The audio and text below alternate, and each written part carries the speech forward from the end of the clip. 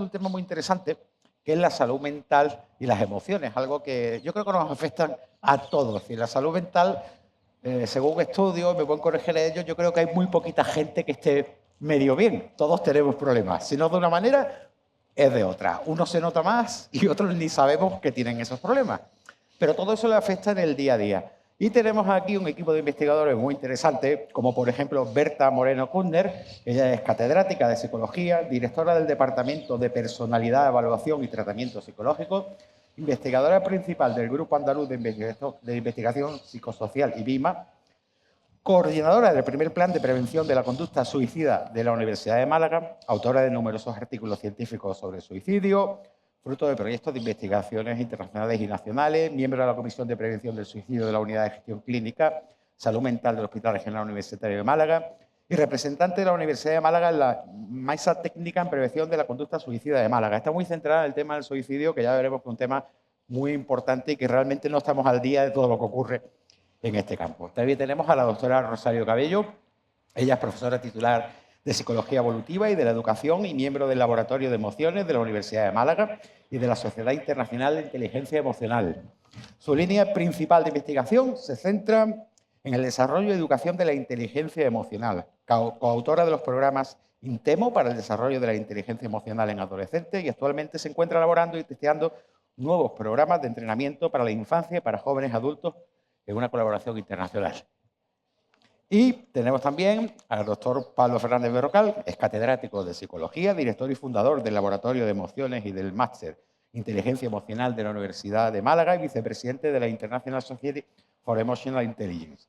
Coautor de más de 30 libros, Corazones Inteligentes, Desarrollo de tu Inteligencia Emocional, de las emociones, y colabora con investigadores internacionales como Peter Salovey, Jane Gross o Simone Baron-Cohen. Creo que con el currículo que tienen podemos sacarle mucho jugo a esto. Una cosa importante, una vez que acaben ellos su exposición, vamos a dejar unos minutos para preguntas. Así que les ruego que mientras que están oyendo lo que dicen, entre la primera persona y la última puede que pase un tiempo, intenten acordarse porque creo que es una ocasión que no se pinta todos los días que tengamos a personas como ellos aquí para tratar temas tan delicados como son la salud mental. Así que no me enrollo más para dejarle el tiempo a ellos y muchísimas gracias y adelante, Berta, que comienzas tú. Gracias, Berta.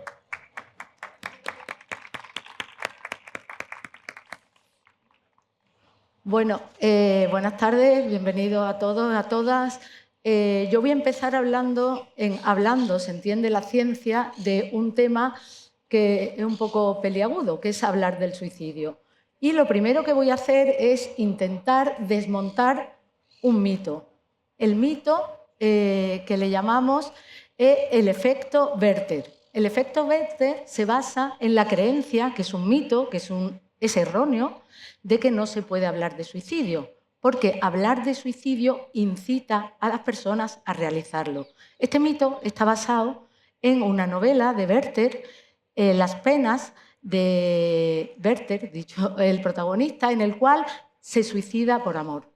Y resulta que a partir de la lectura de este libro, muchos jóvenes de aquella época se suicidaban imitando al protagonista y llegamos al punto en que se llegó a prohibir la venta. Nosotros, en Prevención del Suicidio, lo que intentamos es hablar del efecto Papageno. También se basa en una ópera, la ópera de Mozart, La flauta mágica, en la cual también el protagonista se quiere suicidar por desamor, pero en este caso 4 amigos, compañeros, le hacen cambiar de opinión. O sea, se puede hablar de suicidio y se puede hablar desde el respeto, la información para prevenirlo. Bueno, lo que no podemos obviar es que el suicidio es un problema de salud pública. En el mundo, cada 40 segundos se suicida una persona. Y en España, las últimas estadísticas de 2023 nos indican que casi 4.000 personas se suicidaron. La mayoría son hombres a partir de 50 años. O sea, que es verdad que es un problema. Pero ahí decimos que el suicidio consumado es, a ver si esto pasa, la punta del iceberg, porque debajo de ese suicidio consumado tenemos lo que nosotros llamamos la conducta suicida no letal. ideas de muerte, deseos de muerte, planificación, intento, y esto es muchísimo más frecuente. Fijaros, por cada persona que se suicida hay 20 personas que lo intentan. Entonces, nosotros lo que queremos es intervenir en esa fase del comportamiento suicida y además la frecuencia es totalmente contraria al suicidio consumado. Sabemos que se suicidan más varones, pero lo intentan muchas más mujeres. Sabemos que se suicidan más personas mayores, pero lo intentan los jóvenes. Y hemos venido a hablar también aquí de los jóvenes. Resulta que muchos de los jóvenes actualmente son universitarios, o sea, creemos que la población universitaria es una población relativamente en riesgo. ¿Por qué? Porque hay una serie de condicionamientos que están estresando a estas personas en ese momento. Cambian de ciudad muchas veces, cambian de amigos, cambian de entorno social, incluso hay presión académica. Sabemos que cuando un trastorno mental, una conducta suicida, comienza en edades tempranas, si no se interviene, se cronifica. Entonces, tenemos que intervenir en este momento. Factores de riesgo, ansiedad, depresión, factores de protección, el tener apoyo, familias y amigos. Nosotros quisimos saber qué ocurría en la Universidad de Málaga en relación al suicidio. Hicimos un estudio a 2.200 alumnos. Lo publicamos el año pasado y fijaros, salió el 30% del alumnado. Es verdad que se hizo la entrevista en la época COVID, tenía deseos de muerte. El 15% tenía ideas de suicidio, un 0,5% había intentado suicidarse en algún momento. Como factores de riesgo, ansiedad y depresión y la resiliencia y sobre todo tener apoyo de familiares y amigos, factor de protección. ¿Qué es lo que más nos llamó la atención? Que el alumnado no sabía dónde acudir cuando tenía un problema de ese tipo y nos encargaron desde el ámbito universitario que realizáramos lo que hemos publicado hace 2 años, el primer plan de prevención de la conducta suicida de la Universidad de Málaga. Somos un grupo de profesores que nos hemos dedicado a elaborar, a escribir y a poner en marcha, llevamos ya 2 años, una serie de estrategias para prevenir el suicidio. El objetivo de este plan, bueno, reducir la tasa, actuar antes de que aparezca el riesgo y, en caso de que ocurra, dar un apoyo psicológico. Voy a hablar simplemente de 3 líneas, las más importantes, la prevención primaria. Hemos intentado ir a dar charlas a todo el colectivo universitario para desmontar el estigma que hay ante el suicidio, decirles dónde pueden acudir y alfabetizar en este tema. Eso es lo que llamamos prevención universal. Debemos de ir todos porque todos en algún momento podemos estar en riesgo o tener un familiar, un amigo, un compañero que lo está. Otra de las líneas que hemos puesto en marcha es le llamamos formación a referentes o a informantes claves.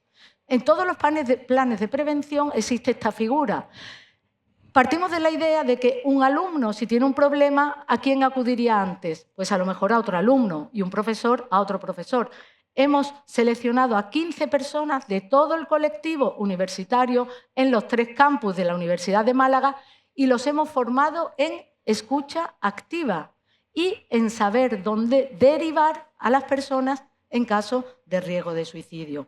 Están repartidos también por todas las facultades y la idea es ser como un foco, ser una bandera donde se pueda acudir en caso de ayuda. Y por último, tenemos en nuestra universidad el Servicio de Atención Psicológica, que hemos elaborado el protocolo de intervención para la prevención del suicidio, en el cual también si alguien está en riesgo, tiene una intervención mucho más rápida, una intervención para detectar lo antes posible y, si es necesario, incluso derivación directa al Servicio Andaluz de Salud, porque también sabemos que los jóvenes muchas veces son muy reticentes a ir al médico, a ir a salud mental, y ese es uno de nuestros objetivos. Bueno, y yo no quiero dejar de pasar un factor de riesgo que es muy importante, es el tema de las emociones. En la juventud hay que saber cómo regular las emociones, hay que gestionar nuestras emociones y para eso hemos hecho también talleres de educación emocional, porque estas emociones nos van a permitir prevenir las conductas suicidas, nos van a permitir prevenir trastornos mentales más graves, y para ello tenemos aquí dos compañeros que a continuación van a hablar y van a profundizar mucho en el tema de las emociones. Bueno, yo para terminar os quiero comentar que creo que el suicidio, y sobre todo en el ámbito universitario, es un objetivo de todos los que formamos parte de este colectivo. Nuestra investigación tiene que servir para poner en marcha actuaciones, porque el hecho de actuar hoy nos va a prevenir el mañana. Y sobre todo, una de las acciones que estamos haciendo es hablar, porque aquello de lo que no se habla no se conoce y no existe, como es el caso del suicidio.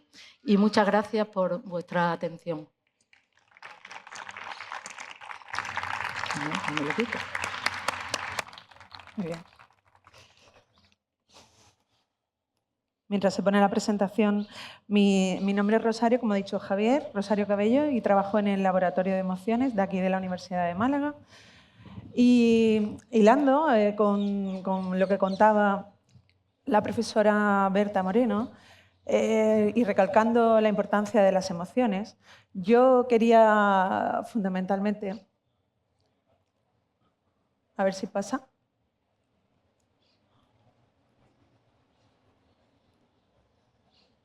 Ahora, sí. Quería recalcar en la misma línea también de las emociones y también del problema de salud mental que tenemos hoy en día, es que resulta que esto que estáis viendo ahí en pantalla es el resultado, una parte del resultado del informe de UNICEF de 2021 que nos indica acerca del estado mental, ¿no? Del estado mental de la infancia, adolescencia y de las personas jóvenes. Y nos dice que 1 de cada 7 en Europa tiene un problema de salud mental relacionado con la ansiedad y con la depresión. Eso, 1 de cada 7. En España, si veis, se ve más oscurito. Nosotros ganamos aquí en esta carrera y prácticamente más del 55% de los jóvenes parece que tienen problemas relacionados con ansiedad y con depresión. Y a su vez, las mujeres ganamos dentro de esta carrera porque parece que la proporción es 7-3. De manera que nos encontramos con que esos datos que fueron recogidos en 2019 eran datos como... Esos datos de UNICEF eran datos de 2019, así que eran datos pre-pandemia.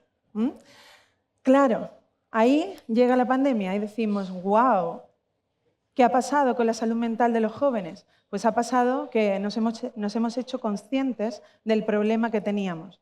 No tanto ver a la pandemia como una causa o como la principal causa de la salud mental que puedan tener los jóvenes hoy en día, que posiblemente, obvio que ha tenido impacto y sabemos que ha tenido impacto y a lo mejor lo vemos más a largo plazo, pero hoy en día, al parecer, con los estudios que tenemos en la mano, parece que solamente ha impactado un 1%, 1,5 porcentual más con respecto a previo a la pandemia. Por tanto, parece que ha sido como un sistema de alarma, nos hacemos más conscientes de toda esta problemática y nos damos cuenta que con los recursos que tenemos no somos capaces de enfrentar una crisis como la que tuvimos, u otra crisis. Entonces, ¿qué hacemos? Todo lo que hemos dicho, traducido esos números, que no dejan de ser números, ¿verdad? Lo traducimos en caras, en niños, en niñas, en jóvenes, en adolescentes, en personas jóvenes, como decía, universitarias, la profesora Berta. Tenemos aquí niños y niñas que sufren ansiedad, sufren depresión, tienen ideación suicida, etcétera, e incluso que llegan al suicidio, como comentábamos. Y esa problemática, nosotros que la llevamos viendo bastante tiempo, yo personalmente la llevo viviendo años. Yo he pasado por historia de mi vida, he pasado por diferentes universidades. Es un dato simplemente, ¿eh? No es un estudio, pero he pasado por diferentes universidades donde los servicios de atención psicológica estaban saturados desde hacía mucho tiempo. Y eso eran servicios de atención psicológica para adolescentes, personas jóvenes que estaban en la universidad. Perdón. Nuestro objetivo como laboratorio de emociones está basado fundamentalmente en la prevención. Es decir, esa problemática existe desde hace mucho tiempo, pero ¿qué podemos hacer? ¿Paliar o podemos prevenir? Bueno, vamos a intentar a ver qué podemos hacer. Decíamos que un factor de protección, como decía la profesora, era la resiliencia. Pero ¿cómo generamos esa resiliencia? ¿Cómo dotamos a los jóvenes de esos recursos que necesitan para afrontar su vida cotidiana e incluso crisis, ¿no? Pues nosotros, este es el Laboratorio de Emociones, parte del grupo, prácticamente todo el grupo del Laboratorio de Emociones de aquí de la Universidad de Málaga.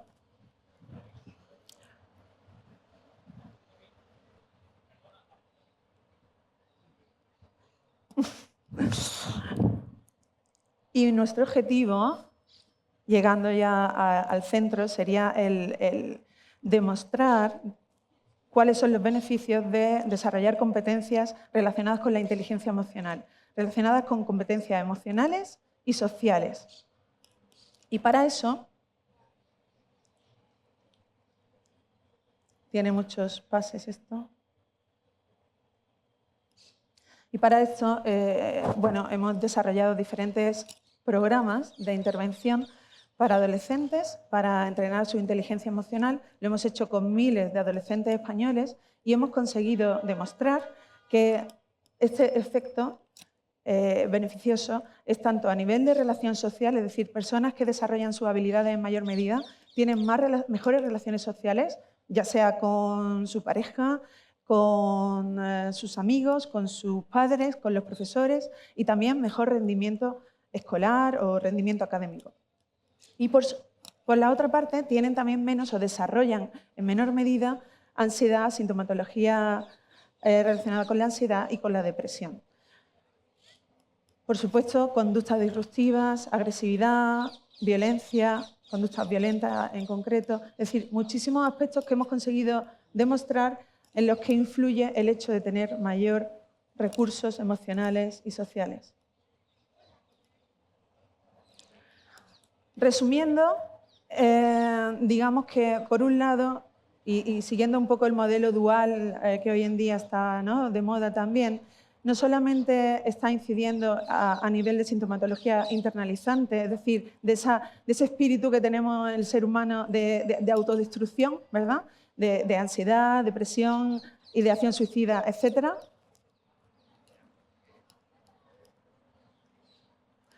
como a nivel más, digamos, proactivo. ¿Por qué? Porque conseguimos desarrollar aspectos más relacionados con la empatía, con la prosocialidad, con las emociones positivas en general hacia diferentes cosas y aspectos, ¿no? Por tanto, la IE se presenta como un factor protector no solamente de la salud mental, sino también del bienestar, ¿de acuerdo? Pero ¿cómo lo hacemos nosotros? Pues nosotros, fundamentalmente, lo que defendemos es hacerlo desde un modelo teórico concreto, donde haya un criterio claro para poder intervenir y, por supuesto, también evaluar. Sin irnos por diferentes estrategias, es decir, si estoy trabajando en inteligencia emocional, estoy trabajando en inteligencia emocional y no estoy trabajando a su vez en otras competencias que nada tienen que ver con las emociones o con los aspectos sociales.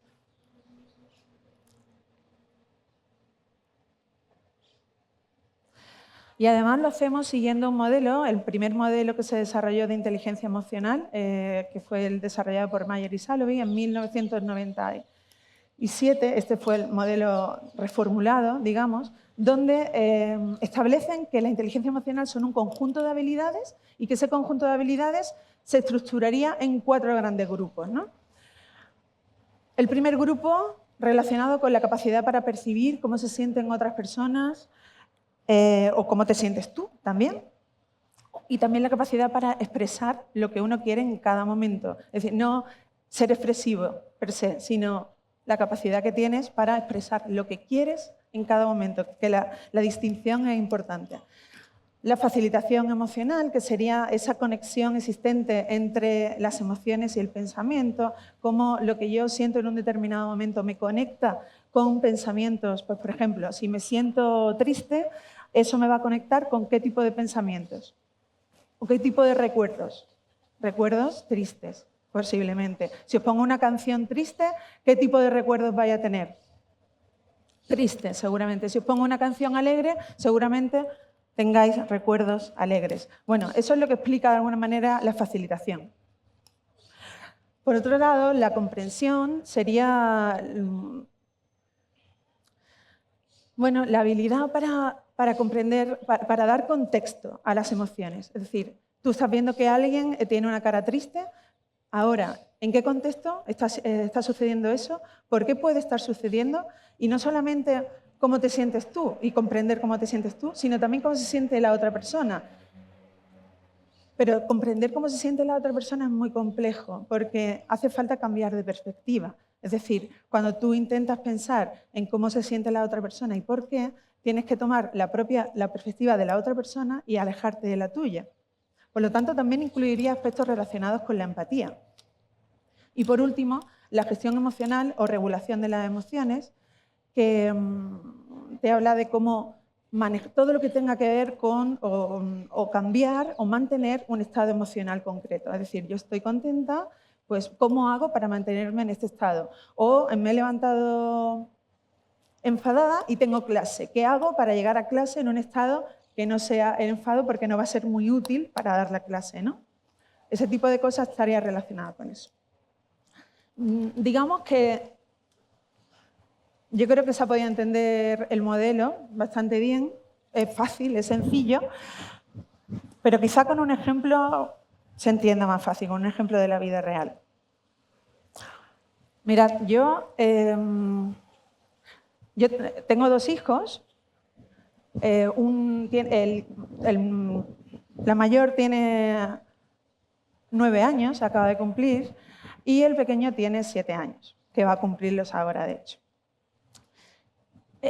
Hace unos 2 años aproximadamente, 2-3 años, pues mi hijo pequeño tenía 4 añitos. Y bueno, es un chico que tiene mucha energía, ¿vale? Tiene mucha energía y bueno, a veces nos pone la vida difícil, digamos, ¿no? Entonces, ocurre que cuando él tenía 4 años, se levantaba por la mañana. Esto ocurría con mucha frecuencia, ¿vale? Era como muy recurrente, muy recurrente. Y se levantaba por la mañana y como tiene tanta energía, pues claro, se escuchaban, estamos en una casa así alargada y se escuchan los pasos. Pa, pa, pa, pa, pa, pa, pa, pa, pa, pa, pa. Tú dices, ostras, y tú estás en la cama, gustito, y dices, ya viene, porque por supuesto es el primero que se levanta, claro. Se levanta el primero y viene dando taca, taca, taca. Y tú ya sabes que te va a despertar. Entonces ahí tienes como fusión de emociones, ¿no? Y mezcla de emociones. Emociones positivas, emociones ya no tan positivas, porque me van a despertar. Pero bueno, ahí llega él, le da un palmetazo. Vamos a desayunar, vamos, ¿cuánto? Un día normal, es un día normal, tenemos que ir al cole. Nos levantamos, nos vamos a la cocina, todos nos sentamos alrededor de la cocina y entonces él hace su petición de desayuno. ¿Qué quiere desayunar? Pues yo quiero pan con mortadela. Pan con mortadela. Pues, ¿hay mortadela? ¿Hay mortadela? No, creo que no hay mortadela. ¿Que no hay mortadela? ¡No hay mortadela! ¡No hay mortadela! Y se pegaba un berrinche, claro, imaginaos. Esto a las 8 de la mañana, sentado en la cocina, en cuestión de milisegundos, como se había levantado con tanta energía, estamos tan alto de energía que cualquier cosa que pasa que no es de su agrado, ¡bum! Disparo, ¿no? Disparo y me voy a enfadarme. Me voy al rojo que tenéis en esos papelillos que os han dado por ahí. Me voy al rojo. Entonces, en ese momento, ¿qué tienes? La opción, obviamente, si no te has dado cuenta de cómo está el niño, bueno, a lo mejor tienes que tener algo más que un entrenamiento en inteligencia emocional, pero obviamente el niño está enfadado, tú lo percibes, pero lo más difícil no es percibirlo. Este ejemplo tiene que ver hilando todas las habilidades que he contado antes. Aquí lo difícil no es percibirlo. Lo difícil es que cuando tú lo percibes, no te pongas a su nivel, no te pongas igual de enfadado y respondas y ya pases y hagas todo el circuito de percepción, facilitación, comprensión y regulación tan rápido que no te da tiempo a dar una respuesta adecuada. No sé si me explico. ¿Qué es lo más habitual? Se enfada un berrinche, ¿cómo respondes tú? ¿Cómo respondes? Respondes a la misma altura. Te enfadas y dices, ¿cómo que no hay mortadela? Pues no hay mortadela y punto, y te aguantan en mortadela y se ha acabado y te deja de tontería. Eso sería una respuesta súper rápida y por la neurona de espejo que hace que nosotros respondamos de la misma manera que está sintiendo la otra persona, haríamos lo mismo. Por tanto, ¿aquí qué tengo que ver? Que lo que está sintiendo la otra persona es de la otra persona, no es mío. No estoy sintiéndolo yo, lo está sintiendo la otra persona. Y que quizá lo está sintiendo porque tiene sentido. Él quería mortadela y no la tiene. Para esa persona es injusto. Y cuando tú percibes algo injusto, te enfadas. ¿Por qué? Porque la hermana tiene queso, que es lo que quería, y yo no tengo mortadela, que es lo que quería. Eso es injusto para mí. Y él se enfada. Y es pequeño y no tiene los recursos todavía como para afrontar la situación. Entonces, ¿qué haces? En esos momentos viene muy bien tener una perspectiva externa que te hace ver las cosas con mayor claridad, digamos, ¿no? Y entonces aparece la hermana mayor que está allí sentada y que tiene otro temple, ¿no? No se levanta así tan energética, sino que ella es más zen.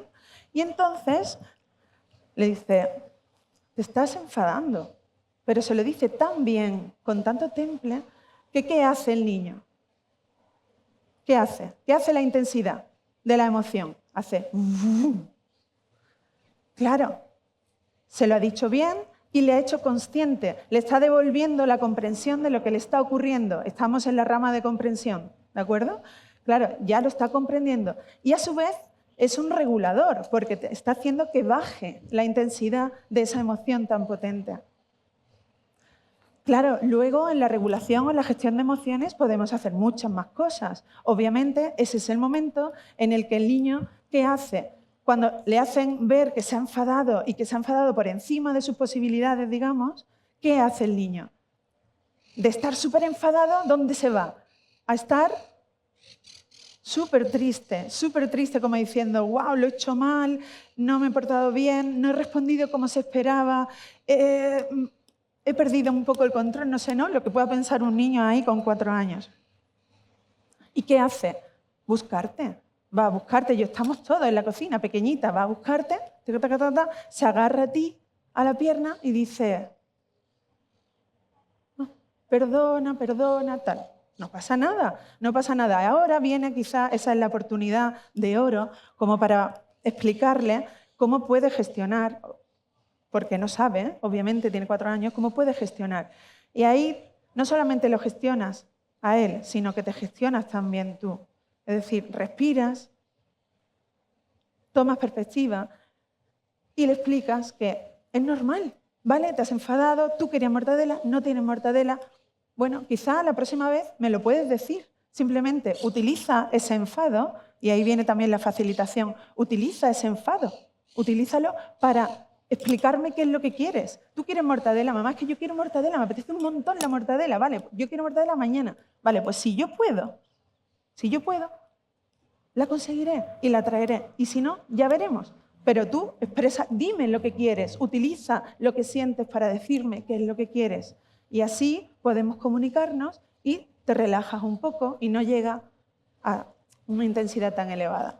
Como digo, eso ayuda al niño, pero también te ayuda a ti. Bien, esto es un ejemplo que ayuda a recorrer todo el modelo y también una cosita que tenéis ahí. Una cosita que tenéis ahí que se llama Mood Meter y también vais a repasar ahora con el profesor Pablo Fernández Berrocal y yo simplemente animaros a que abracéis vuestras emociones, pero no las vuestras solo, sino las emociones en general. Es decir, las emociones forman parte de la vida y creo que tenemos que tener presente que trabajar con las emociones no es trabajar en la debilidad.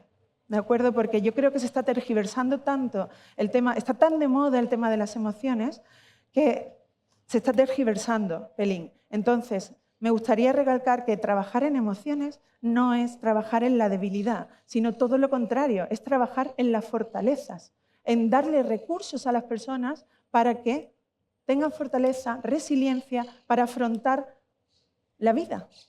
Algo tan sencillo como la vida. Y con esto paso la palabra a Pablo Fernández Brocal. Hola, buenas tardes. ¿Cómo estáis? Vaya respuesta, vaya respuesta. Esa es la pregunta que se le hace a un niño de 3 años y te responde, ¿cómo estás? ¿Cómo estás, Pepito? Bien, bien. Y seguimos dando aquí veo gente ya con más de 29 años, la misma respuesta. Y es difícil conocerse a uno mismo. Es algo que intentamos... Bueno, esto es un repaso de lo que hemos visto. Aquí, perfecto. Genial. No es una pregunta que nos hagamos nosotros ahora en el siglo XXI, una pregunta que llevamos más de 3.000 años haciéndonos. Y ya los griegos, las griegas, hacían esta pregunta. Esto está en el templo de Apolo, en Delfos, y está en el frontispicio.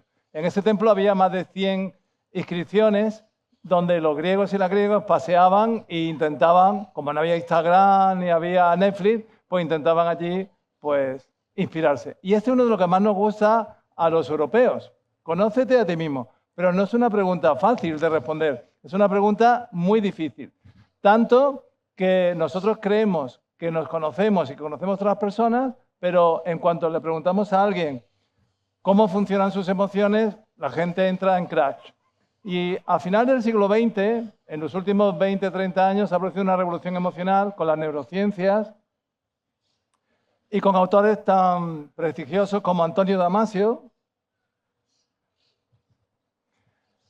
que nuestra cultura es una cultura muy cartesiana. Y aunque hayamos olvidado quién era Descartes, seguro que se nos quedó del instituto la frase pienso, luego existo.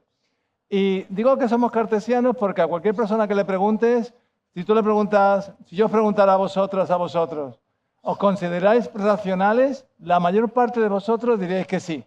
Si preguntara de vuestros vecinos o de otras personas, sería distinto. Pero nosotros mismos nos consideramos racionales y creemos que primero pensamos y luego actuamos. Pero no funciona así nuestro cerebro. Es una visión idealizada, pero no funciona así. Y las neurociencias lo que nos han mostrado, como Antonio Damasio ha demostrado en un libro muy bonito que se llama El error de Descartes, fijaros el título, El error de Descartes, que nuestro cerebro lo primero que funciona, su funcionamiento básico es emocional. Los pensamientos vienen luego, pero nuestras emociones viajan en milisegundos y nuestros pensamientos en segundos, minutos o nunca. Y comprender a manejar, esto es para Antonio Damasio es un superpoder. Es un superpoder que tenemos, pero un superpoder que como cualquier poder que se le da, imaginar que nos dieran un superpoder ahora, que nos dieran alas. Esta tarde, ¡bum!, nos ponen alas. Dirías tú, qué guay. Guay sí, pero habría que aprender a volar. Y si no aprendes a volar, pues ¿qué te conviertes? En una gallina, que está muy bien, pero no volar, no vuelas. Y con las emociones nos pasa algo parecido. Con las emociones, este escenario es muy emocionante, Nos pasa que tenemos ese superpoder, pero si no aprendemos a manejarlo, a gestionarlo como nos han comentado previamente tanto Berta como Rosario, si no aprendemos a gestionarlo, pues puede convertirse en un gran problema. Y Damasio le ha dado la vuelta a Descartes y el cogito ergo sum lo ha convertido en siento, luego existo. Este siento, luego existo, como ha señalado la profesora Rosario Cabello, requiere de un aprendizaje de una educación emocional. Y esta educación emocional vamos a mostrar una pequeña herramienta que es muy fácil, se explica en un minuto, hay otras herramientas más complejas, mejores incluso, pero esto se explica en un minuto. Y es que cuando a nosotros le preguntamos a psicólogos, ya psicólogos y psicólogas que han terminado la carrera, ¿qué es una emoción?, se quedan con esta cara. Se quedan perplejos. De forma que uno no puede esperar que una persona normal, entre comillas, que no sea psicóloga o psicólogo, responda que es una emoción. Es algo muy complejo. Pues vamos a dar una pequeña herramienta. Os hemos repartido una hojita para que la tengáis ahí de recuerdo. Es un eje horizontal donde viene cómo son los sentimientos, las emociones, si son agradables o desagradables. Nosotros no hablamos de emociones buenas o malas. Ese es uno de los principios básicos de un curso de inteligencia emocional. Las emociones no son ni buenas ni malas, no se evalúan en ese sentido. Se evalúan como agradables o desagradables y todas son útiles. Luego en las preguntas podemos hablar de eso, porque la gente dice, a ver, qué tontería, ¿cómo va a ser útil el miedo? ¿Cómo va a ser útil el enfado? ¿Cómo va a ser útil la tristeza? Bueno, sin esas emociones no podríamos sobrevivir en este planeta. Luego en el eje vertical viene la intensidad. ¿Cómo es de intensa esa emoción? Y se le ha puesto colores, porque esto se empezó utilizando con niños muy pequeñitos que no tenían vocabulario. Hoy en día se utilizan grandes empresas tipo Facebook para que la gente se evalúe súper rápido. De forma que en el eje donde viene el amarillo y el verde tenemos emociones agradables. El verde son emociones agradables pero suaves. Estoy tranquilo, relajado. Y el amarillo me empiezo a poner alegre, llega ya desbordado de alegría, ¿no? Sábado por la noche. El eje azul y rojo son emociones desagradables. Que puedo estar aquí, por ejemplo, y estaría un poquito cansado, me pongo un poco desanimado, triste, deprimido. El azul sería como la tristeza en sus diferentes niveles. Y por último, el rojo, que serían emociones muy intensas, desagradables. Por ejemplo, enfadado, desbordado. Os pongo un ejemplo. ¿Cómo os levantáis por la mañana? Empiezo yo. Yo me levanto en verde. Es decir, me levanto agradable, pero no muy intenso. Necesito una ducha, algún tipo de droga legal, un café o algo así, y ya me pongo en amarillo. Por ejemplo, yo para dar clases no puedo dar las clases con poca energía. No puedo estar aquí con poca energía. Tengo que estar con emociones entre verde y amarillo. A veces no está uno así, obviamente. A veces uno va por la vida y se pone pues un poquito en azul. Y hay gente que se levanta en amarillo. Seguro que tenéis gente que hace de la cama, ¡bum!, salta, abre la persiana, pone música, empieza a gritar, súper desagradable, claro, porque los demás están durmiendo. Y tendréis también gente en vuestro entorno que se levanta un poquito en azul, se levanta un poquito triste, desanimado, necesita tomarse algo para subir arriba, ¿no? Y también tendréis compañeros, compañeras, parejas que se levantan en rojo. No pueden hablar con nadie, es como un tigre que va por ahí y como le digas algo, ¡rush!, te hace así. Entonces lo mejor es no hablarle y esa persona necesita un tiempo para volver a ser persona en soledad. Cuando hemos hecho algún curso con adultos, nos hemos encontrado a una pareja que ella se levantaba en rojo y él se levantaba en amarillo. Y pasado varias semanas, que ya la gente coge confianza, ya sabéis que la confianza termina dando asco, pues ya se empezaron a hacer preguntas más indiscretas. Y le preguntaron, ¿y vosotros por qué no habéis divorciado? Y dijeron, muy buena pregunta, porque estuvimos a punto. ¿Y cómo lo solucionaste? Y dice, muy fácil, compramos un perro. ¿Un perro? ¿Qué tiene que ver eso? Dice, pues mira, él se levanta más temprano, coge al perro, se da una vuelta, como él se levanta en súper amarillo tan intenso, se va y después de 40 minutos viene ya más relajado y durante esos 40 minutos, pues yo que me levanto en rojo, pues hago mis cosas, me relajo, me ducho y se encuentran los dos en el verde, el perro y la inteligencia emocional y ellos.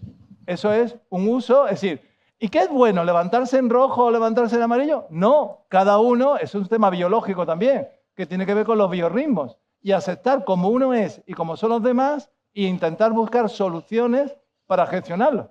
Pero lo que no puede ser es que el que está en amarillo pretenda que todo el mundo se levante en amarillo. O los que están en rojo, en rojo. Bueno, eso sería una bomba también, una casa llena de gente en rojo. Entonces estará bien las combinaciones. ¿Cómo levantáis vosotros? A ver, que levanten la mano los que se levantan en verde, relajados, tranquilos. Mucho, mucho. ¿Quién se levanta en amarillo? Saltando, cantando.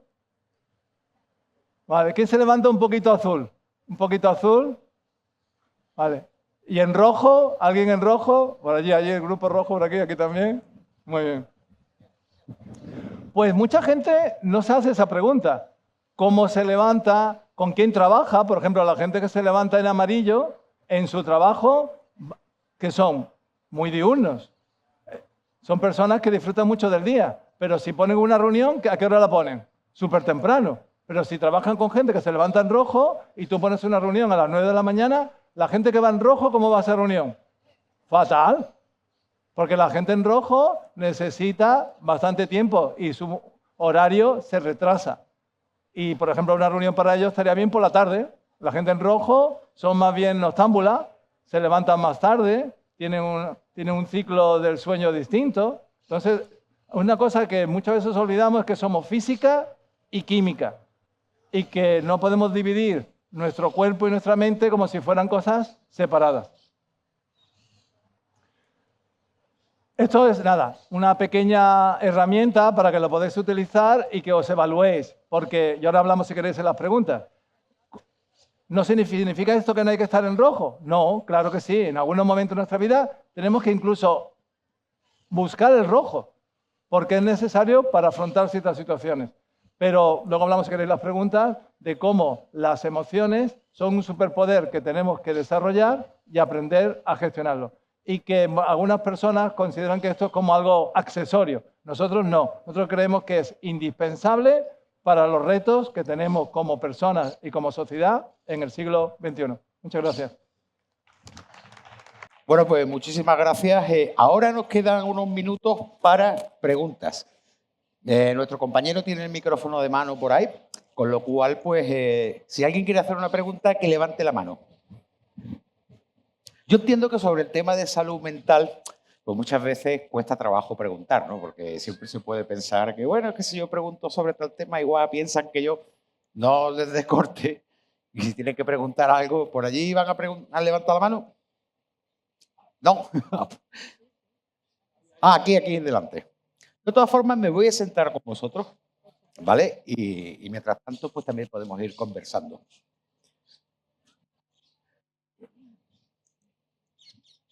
Bueno, le van a llevar otro micro. Mientras tanto, yo quería hacer una pregunta y es la siguiente.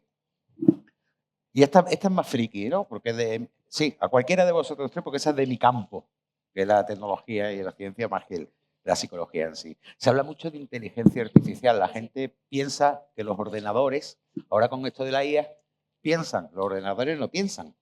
Solamente es una especie de estadística que calcula en función, es decir, tiene la capacidad de entender el lenguaje natural. Y luego, por probabilidad, que parezca mentira, encuentra la respuesta más o menos acertada. Pero estamos hablando de inteligencia emocional. Eso nunca podrán tenerlo artificialmente, ninguna máquina, ¿no?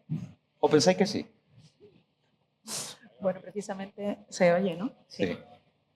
Y yo creo que precisamente es donde está el tope, ¿no? de la inteligencia artificial hoy en día y en lo que están trabajando. En conseguir que las máquinas y los robots también, en general, puedan reconocer, ya reconocen emociones, Sí, pero digamos. Pero que la reconozcan aquí, claro, ellos la tengan. No, claro, eso es algo, es Entonces un es lo que salto nos va a cualitativo. diferenciar, Es un digamos, salto siempre de la cualitativo. Ahora máquina, mismo ¿no? es lo que nos diferencia. Yo no sé si con el tiempo llegarán ahí, pero desde luego ahora mismo es lo que nos diferencia y es como el tope precisamente que tienen en la investigación. Como psicólogos, ¿cómo creéis que las personas deben de actuar frente al reto ahora tan importante que hay como la inteligencia artificial? Porque mucha gente, digamos, tiene cierta complicidad con la máquina. Y estamos hablando todavía de que mayoritariamente el uso es en chat. Pero imaginemos cuando eso tenga una forma de robot, que ya lo hay, y le podemos preguntar, es decir, ¿cómo creéis qué consejo le daríais a la gente que van a usar para hacer preguntas pues, personales, temas psicológicos, hoy me encuentro mal? ¿Podría dar alguna pauta para que eso no genere una confusión realmente en las personas? Bueno, yo creo que va a ser terrible porque... ¿Hay una pregunta? Sí. ¿Perdón? Venga, pues vamos a dar prioridad al público, luego si acaso. Hola, buenas tardes. Buenas Felicitar a los tres ponentes.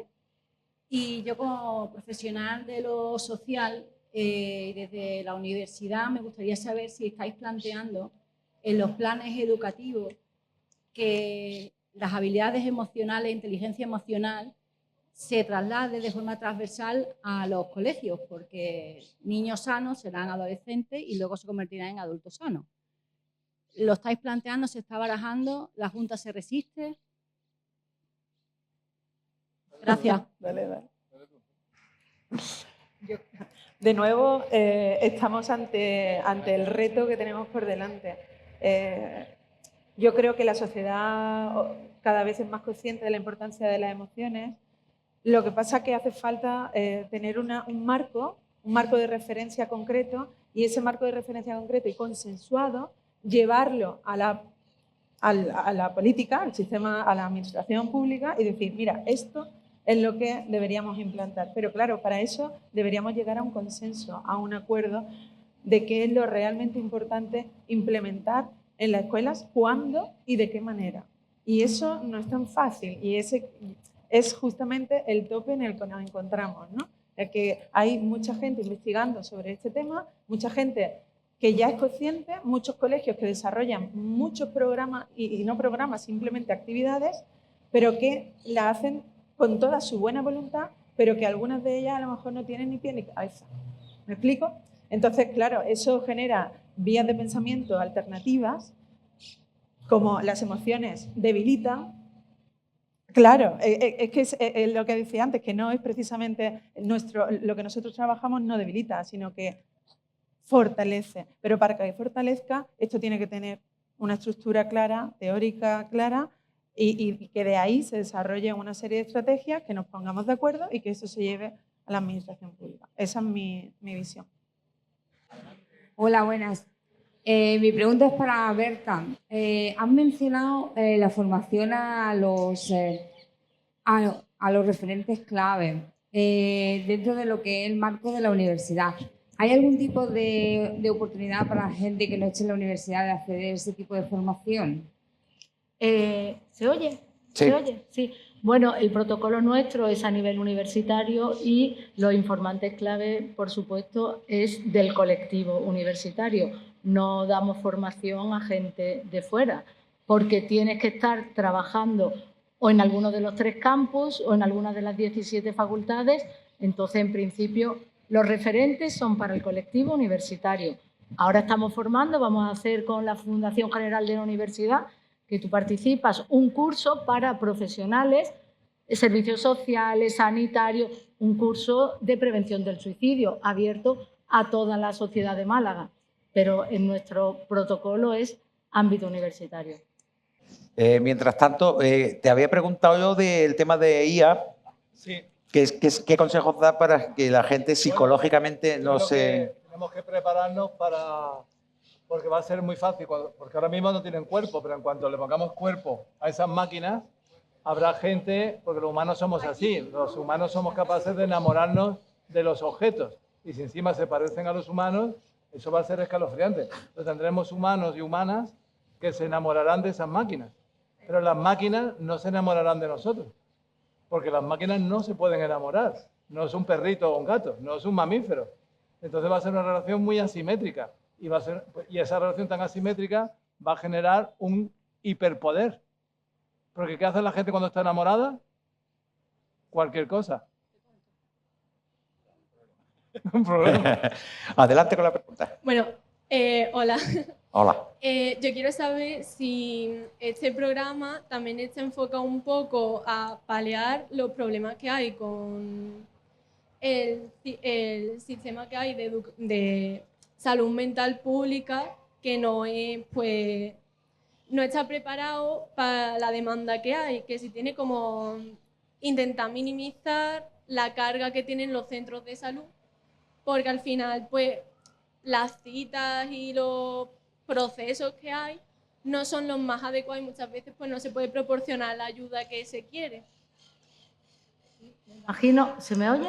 Me imagino que la pregunta va hacia mí. Pues mira, la pregunta es muy pertinente. El protocolo, el plan de prevención del suicidio y el Prevensap, le llamamos el protocolo de actuación del Servicio de Atención Psicológica de la UMA, después de muchas conversaciones con el SAS, con el Servicio Andaluz de Salud, hemos conseguido que haya una derivación directa de algún alumno o profesor o personal de administración y servicio que tenga riesgo de suicidio, que no pase por esto que estás diciendo, médico de atención primaria, salud mental, hospital, sino que tenga una derivación directa. O sea, nosotros desde el ámbito universitario hemos conseguido esto. Lo que no podemos actuar es dentro del SAS, pero creo que es muy importante, sobre todo para gente joven que le cuesta más el acudir a todas estas citas y que son tan lentas. O sea, hemos dado un poquito, un pasito en tu pregunta. Gracias.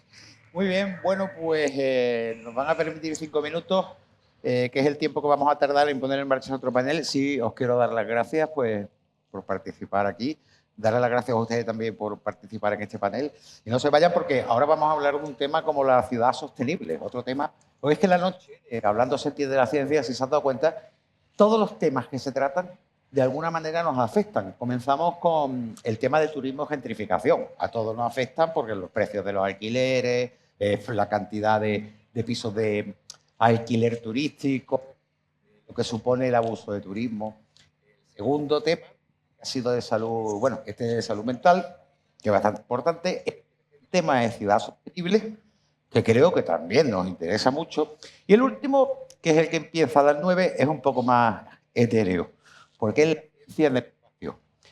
Pero es muy curioso y creo que también les va a gustar. Así que muchísimas gracias. Termina preguntando en qué color están. Claro. Pregunta ahora, ¿en qué Ah. color están? ¿Hay algo de las tarjetitas que habéis entregado? ¿En qué color estáis ahora? ¿En qué color? ¿Verde, rojo, amarillo? ¿En qué? Verde, bien. Verde, ¿no? bien. Tiene que energía, Menos mal ¿no? que no están en rojo. Bueno, pues Bueno, muchísimas gracias. Gracias. Y no se vayan, que continuamos.